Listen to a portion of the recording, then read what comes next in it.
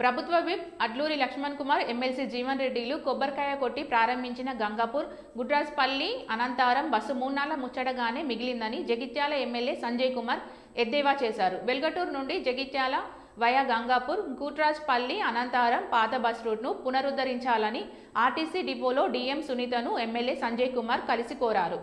MLA మాట్లాడుతూ గుట్రాజ్పల్లి ప్రజలు అనేక మార్లు బస్సు సౌకర్యం కల్పించాలని తనకు వినతి పత్రం అందజేశారని, తాను సైతం డీఎంకు వినతి పత్రాన్ని అందజేయడం జరిగిందని, ఎన్నికలకు ముందు బస్సును ప్రారంభించి ఆ తర్వాత నిలిపివేశారని అన్నారు. ఎన్నికల తర్వాత ఆయా గ్రామాల్లో ప్రభుత్వ విప్ అడ్లూరి లక్ష్మణ్, ఎమ్మెల్సీ జీవన్ రెడ్డిలు కొబ్బరికాయ కొట్టి ప్రారంభించిన బస్సు 3 నాళ్ల ముచ్చటగానే మిగిలిందని అన్నారు. ప్రభుత్వం అధికారులు చొరవ చూపి ప్రజలకు ఆర్టీసీ రవాణా సౌకర్యం కల్పించాలని కోరారు.